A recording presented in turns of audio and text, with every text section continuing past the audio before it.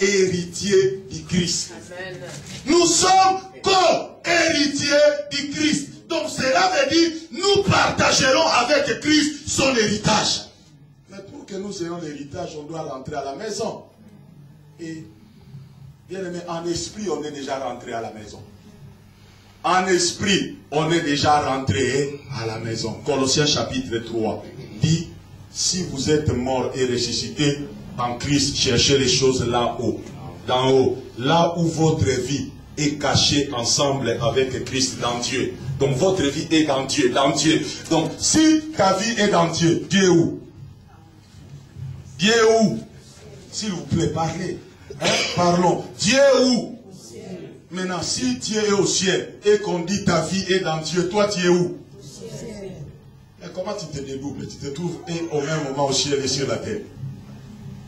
En esprit. L'homme en fait c'est un esprit.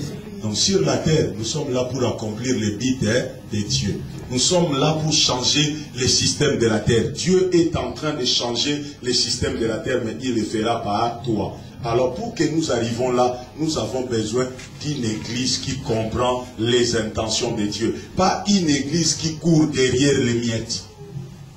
Bien aimé, les miettes on ne donne pas aux enfants. Hein? Les miettes, on les donne aux chiens. Mais aujourd'hui, nous avons une église sur la terre qui court derrière les miettes, frère. Pourquoi tu cours derrière les miettes? Emmanuel ne peut pas manger les miettes. Je serais malheureux si mon fils commence à manger les miettes. Il y a des fois, quand nous lisons des choses dans la Bible, nous devons faire attention.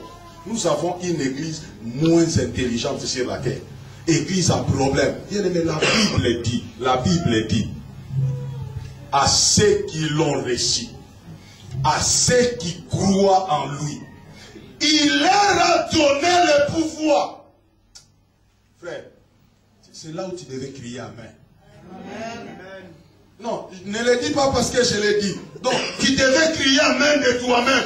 On dit, il leur a donné le pouvoir de devenir enfant de Dieu. Bien aimé, être enfant de Dieu, c'est pas... Hein, pour ceux qui connaissent mieux le français que moi, on dit quoi les lissapos en français? Donc, c'est pas des légendes ou des anecdotes. Il a fait de nous des enfants de Dieu. Bien aimé, quand j'étais encore au pays, mon père était quelqu'un de très connu dans le quartier et j'étais fier d'être le fils de mon père. Hein? J'étais fier d'être le fils de mon père. Donc quand j'ai marché, je savais que personne à ma tête là pouvait me faire quelque chose parce qu'on sait de qui je suis fils. Bien aimé, on doit être fier d'être fils et fille de Dieu. Bien aimé, quand on a compris ce que l'on est exactement, ta vie change. Ça, c'est le problème de l'église. L'église passe le temps à dire aux gens des bêtises, à mettre les gens de l'huile, à dire aux gens d'amener des 1000 € pour recevoir des prières.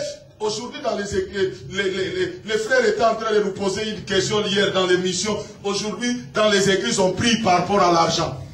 Donc, il y a une bénédiction pour 1000 €. Il y a une bénédiction pour 2000 €, il y a une bénédiction pour 3000, il y a une bénédiction pour 10 000. Donc plus tu donnes l'argent, plus la bénédiction est grande. L'escroquerie.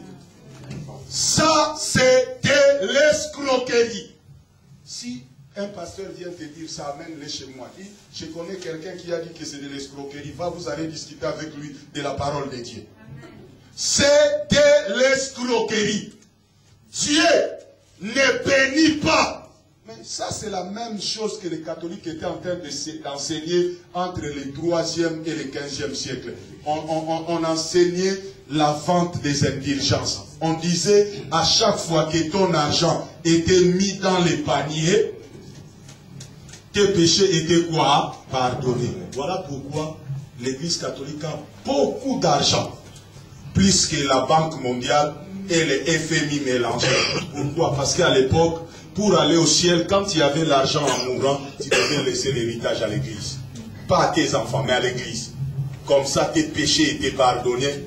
Quand tu vivais dans le mal, tu passais par les purgatoires, on te faisait une requiem, on chantait, tu donnais l'argent, tu allais au ciel. C'est la même chose que les pasteurs sont en train de faire aujourd'hui sous une forme, notre forme.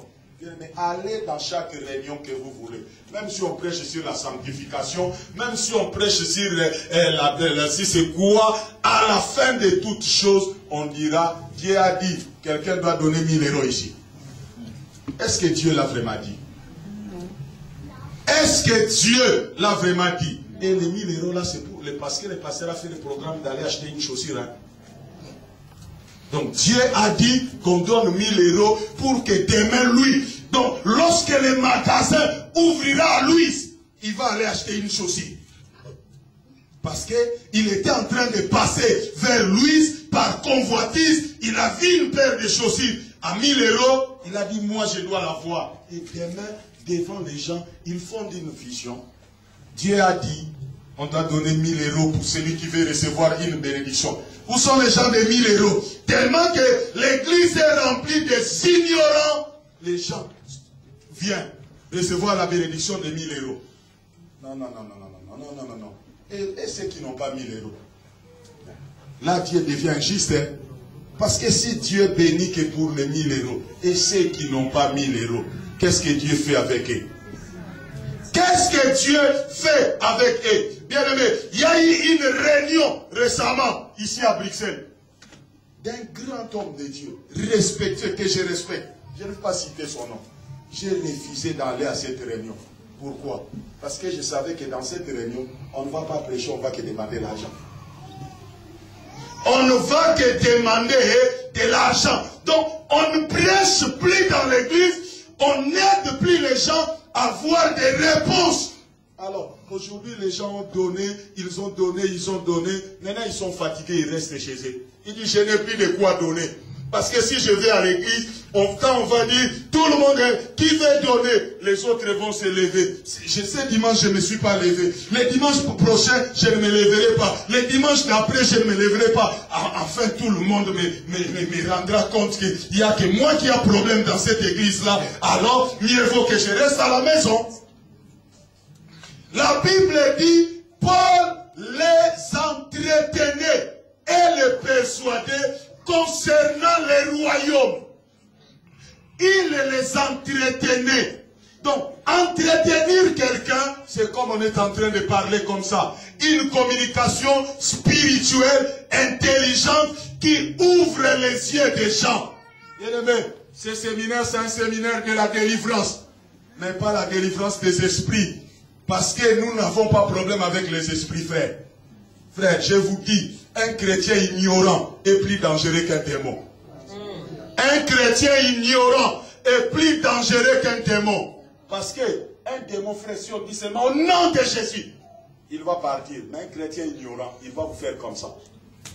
Vous dites ça, lui dit ça. Vous dites ça, lui dit ça. Vous faites ça, lui. Et il tourne en rond, frère. Il tourne en rond. Ils sont en train de poursuivre les démons, frère. Le problème de l'église, ce n'est pas les démons. Le problème de l'église, c'est de la nourriture qu'on donne aux gens. 2 Rois chapitre 6. 2 Rois chapitre 6.